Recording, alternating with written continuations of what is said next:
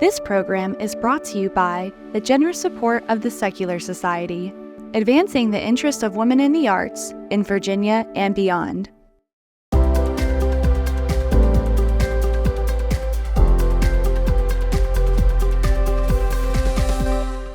Hi, I'm Rose Martin, and this is Real Life with our very favorite life coach, Susan Harf. And like you, I can't wait to hear what's on her mind today. Hi, Susan. Hi, Rose. So glad to see you, and I'm very happy that you decided to join us today.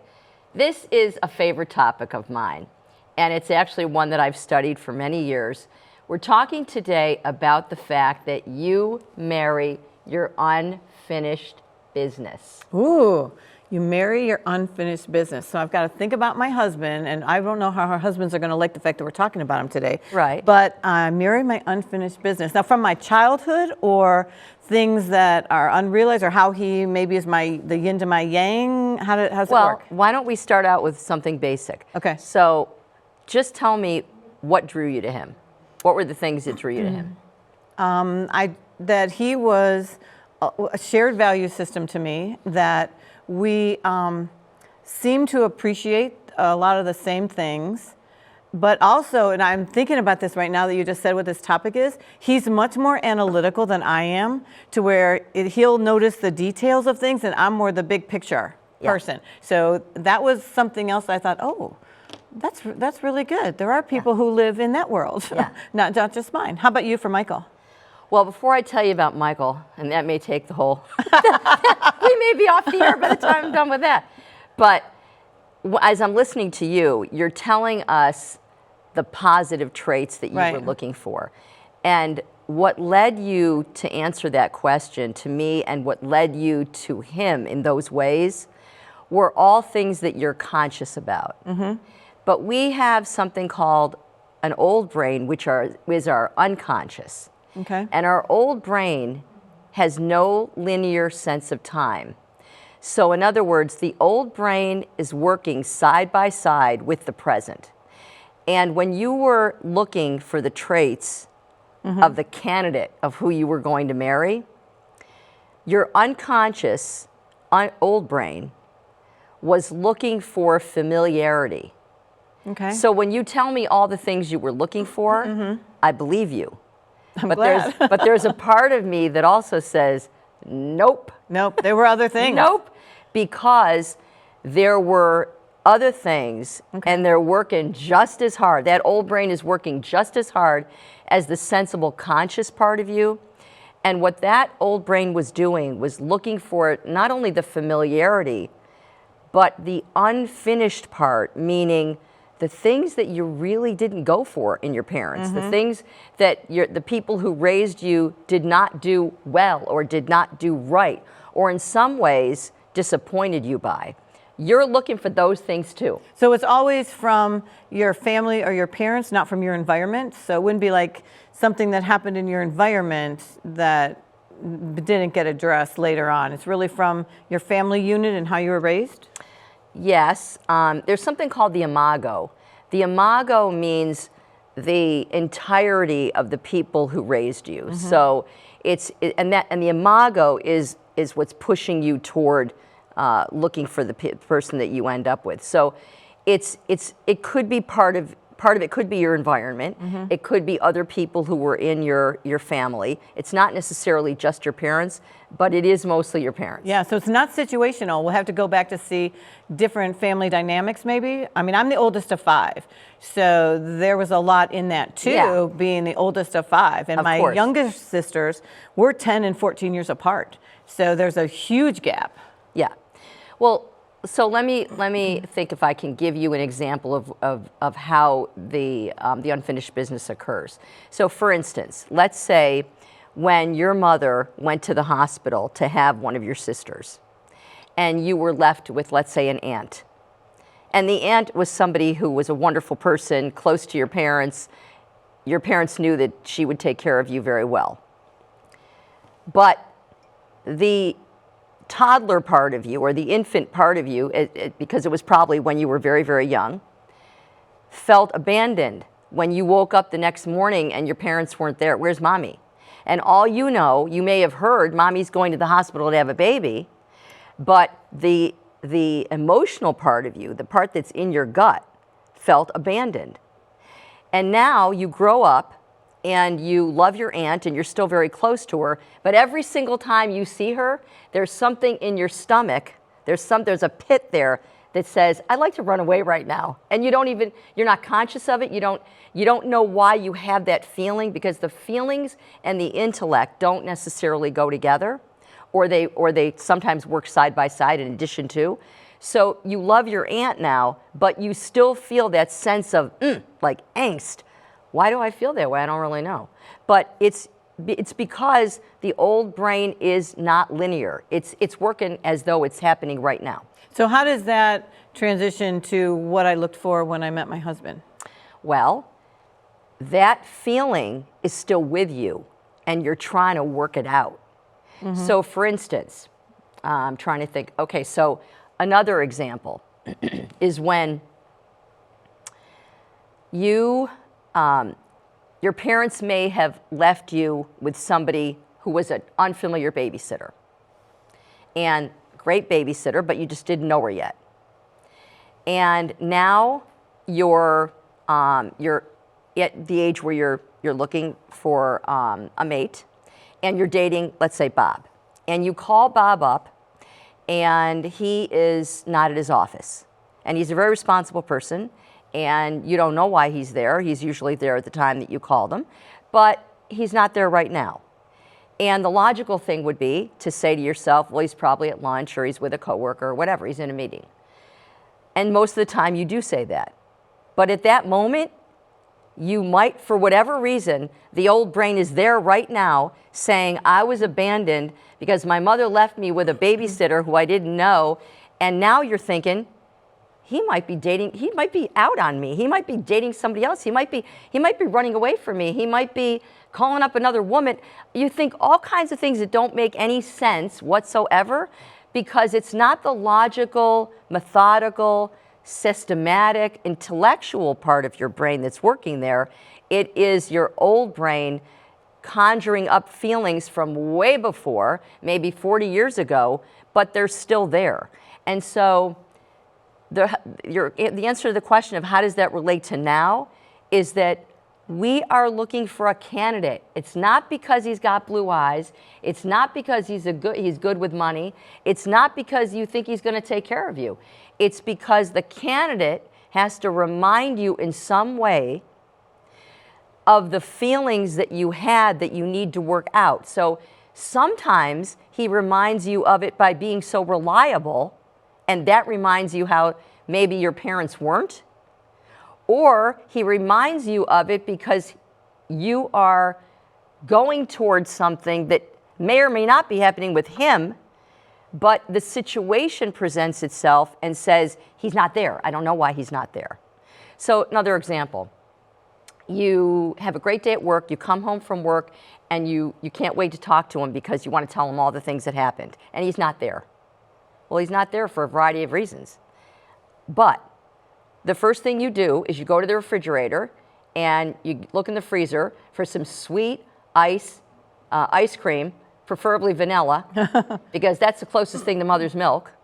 And you soothe yourself with that ice cream because you really want that comfort of telling your spouse how your day was. Now, some people say to me, Susan, this sounds crazy to me. Sounds crazy. It's far-fetched, and I don't believe you.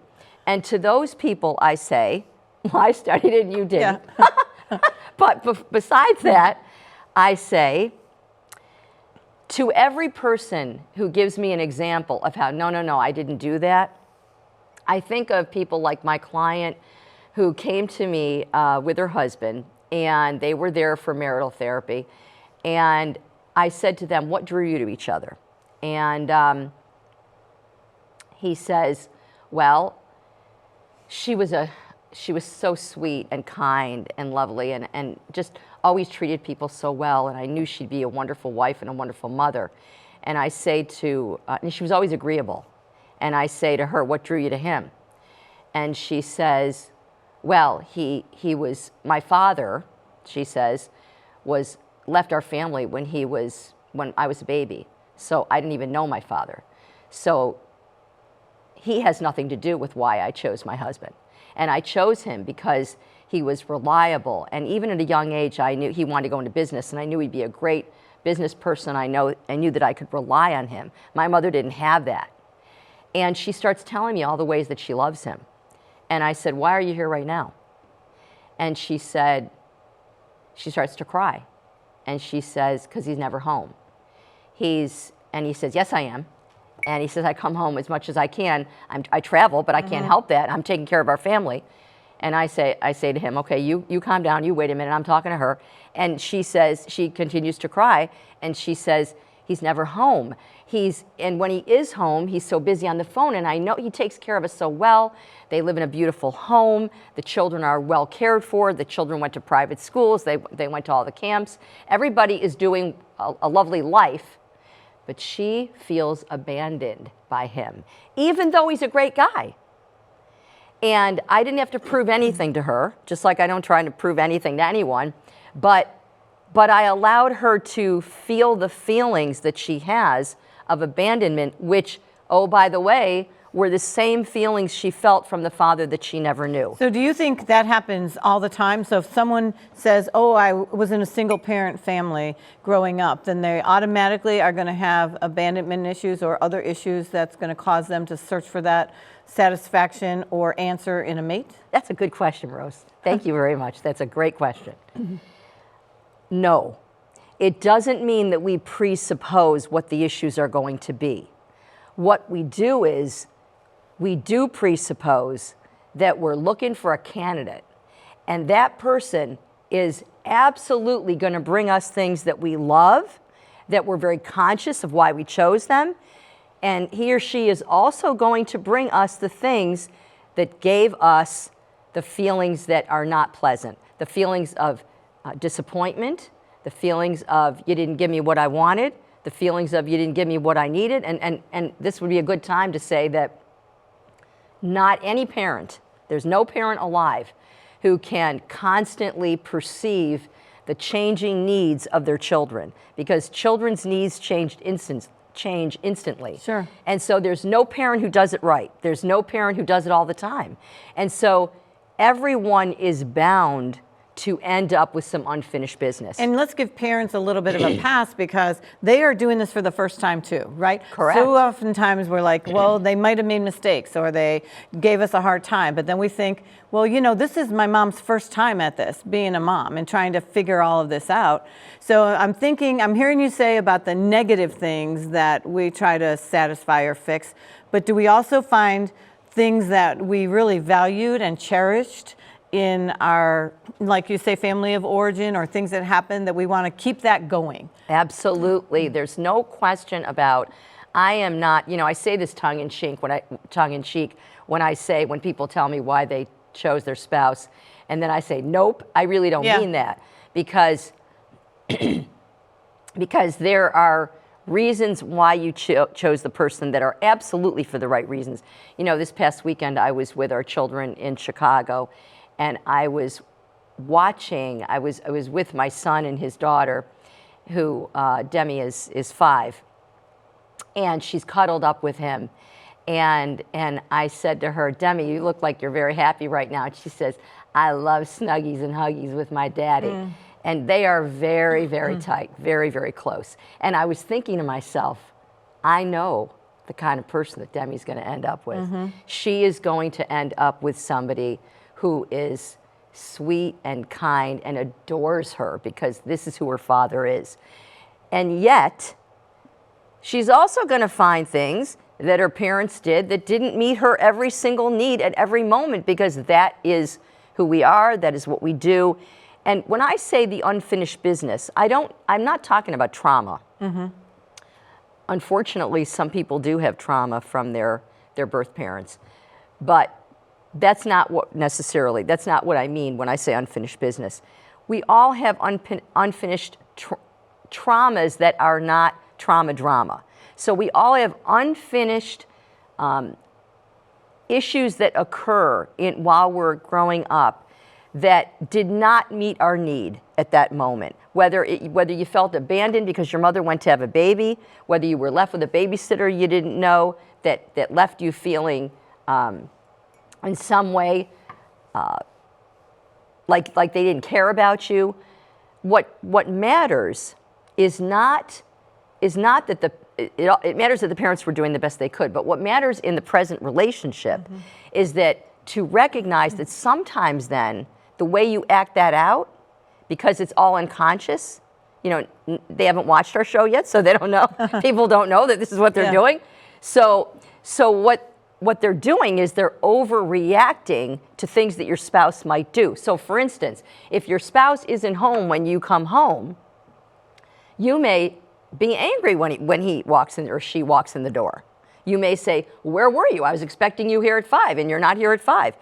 And really, it doesn't, that episode does not require that kind of anger toward your spouse. But that anger didn't start with him not being home right now. So outside of abandonment, what would be other issues? I'm thinking maybe food insecurity or pressure to do or be something that you didn't feel that you would want to be. It could just be family norms. Like, Okay. I'll give you another example. So when I was growing up and I asked my parents, it was like maybe a Monday, and I said, on Friday, I would like to sleep over at Lisa's house. Could I do that? Most often, my parents would say, maybe, we'll see. Well, could I, tonight when I come home from school, do you know what we're having for dinner? Well, not really. We'll decide later today. Okay. Whatever question I would ask, my family norm was, I'll tell you later, we'll see, and it may change. And that wasn't something that was traumatic. It wasn't something that was bad about my parents. My mother decided what she was making for dinner about 4 o'clock. But it's not a coincidence that I was looking for somebody who doesn't say we'll see. Yeah. If I say to him, you're going today for a business trip, what time will you be home? He doesn't say, I'll be home like sometime in the evening. He says, I'll be home between 6 and 6:30. And I like that. Now, at the same time, this is a great example because at the same time, when I say to him,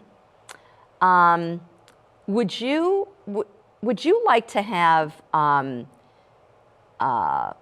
potato for dinner? Okay. He'll say, sure.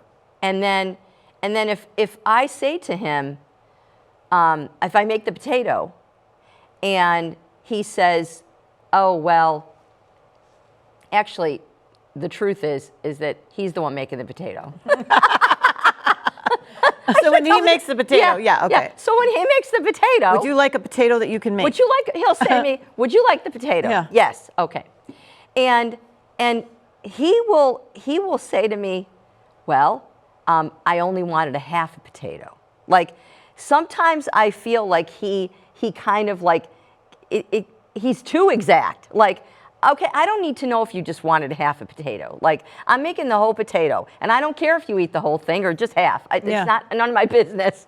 But in other words, like, he's very precise. He's very exact. And sometimes that drives me nuts. And so that was something that because it was always a maybe, we'll see, there wasn't any precision in that. Correct. Whereas I was thinking about something when you said that and not getting an answer to be like, well, I don't care, whatever. And so that's something that drives me crazy. Like, just pick one or the other. Or if it says, would you like this or that? Yes. Well, what does that mean? Exactly. So what we need to pay attention to then is what drives us crazy is the very same reason your unconscious mind picked them in the first place. I can buy that. So the answer, okay, this leads us to, so what is the answer? Yeah. Should we divorce the person that we married because we married him to finish for the unrequited whatever we didn't get? Or he only eats half a potato? No. So here's the good news. This is the good news. This is what we get excited about. The good news. Okay.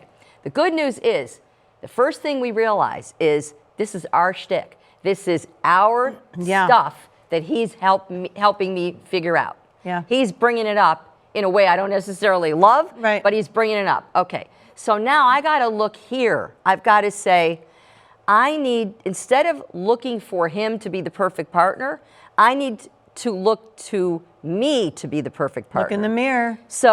So instead of looking for the perfect one, try and be the best one, the best version of yourself. That's number one. Number two, if we could see ourselves as the healers for each other, that's the best way to have a marriage. In other words, instead of being angry that he wasn't home and you ate the ice cream instead because you wanted to soothe yourself, realize that instead of saying you were pointing the finger, you weren't home. And so if you realize it's really you that has the unfinished business and he's just helping you figure that out, then you can be the healers for each other.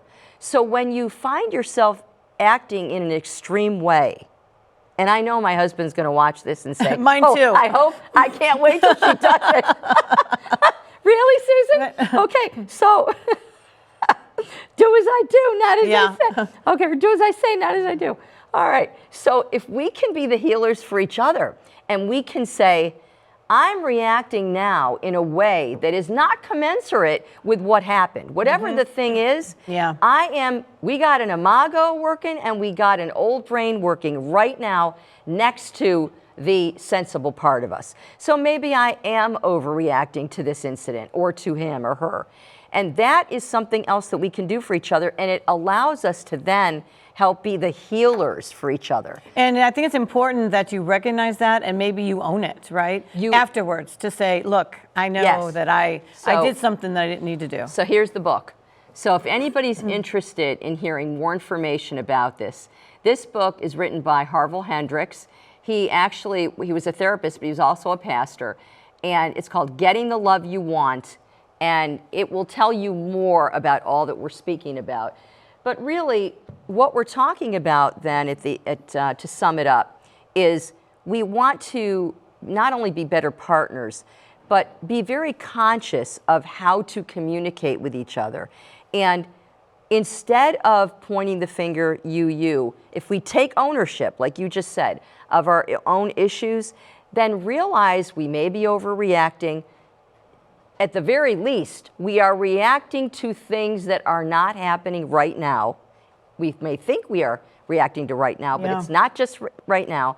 So we can be better communicators for each other then. You know, you might be saving some relationships during this, right? Because how many people leave or get frustrated and I'm done and don't recognize the fact that these issues were mine and you were helping me, but because I didn't recognize that, I'm going to move to the next person and to the next person and to the next person. And for starters, you know, some people say, where do I start? Here's where you start. Have a conversation tonight with your spouse about the positive things that drew you to each other and all the things that made you say, yes, I do. When you're in a long-term marriage especially, sometimes you lose that. You lose not only the ability to see that, but to have those conversations. And we call it re-romanticizing. And you know, when you first go home and say that, it'd be like, why are you doing this?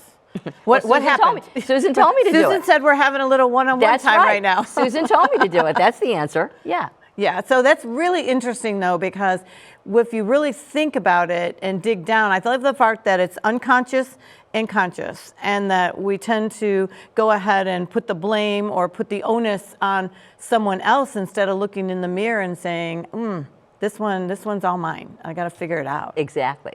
That is what we need to do. Yeah. So it's so we know where to start. And then I'm thinking, okay, so we have this conversation, and then maybe we're going to own it, but then how do we dig a little deeper to realize that not only our unfinished business, but maybe our unmet needs based on what we do well and we don't do well? And maybe you get someone who mirrors you or fills in the gap for those areas of our life. The way you do it is you look at what you find critical. So in other words, when you find yourself being critical of your partner, those are the moments that you can say, okay, why is it that this bothers me about them? Because part of the fact that he's always on time, I really like. I don't like the fact that he's cajoling me and saying to me, you're always late, you're always late. Okay, so what do I need to look at? I need to say, maybe I need to change the fact that I'm always late, not the fact that he's bugging me because I am. Right, and late or on time doesn't mean like when the clock strikes, 5 o'clock. To me, that's late, not on time. Like I'm used to being on time, like 5 or 10 minutes early. I know that about you. Right? So I'm like constantly thinking about this now, like, I'm on him being late. And he's like, no, I'm on time, you're early. Exactly. So that's interesting. So what we can do is maybe even just be a little gentler and a little kinder and a little less judgmental. With our spouse. The more you stay in a conscious marriage, in other words, or relationship, the more, yes, certainly, thank you. The more you stay conscious about the things you say and do, the things that you're critical of, and the things that you feel, the more you will be intentional about how you behave. I love that. Be intentional about how we behave. And I think that really captures all of it to, marrying our unmet needs. Yeah. Because you've really had to pivot a little bit again, Susan, and focus on ourselves. Exactly. So this is a great topic. And I hope all of you are going to take something great home from Susan and this topic of marrying your unmet needs and thinking about how we can make better relationships with all of the people we love. I'm Rose Martin, and for Real Life and Susan Harf, thanks for watching. We'll see you next time.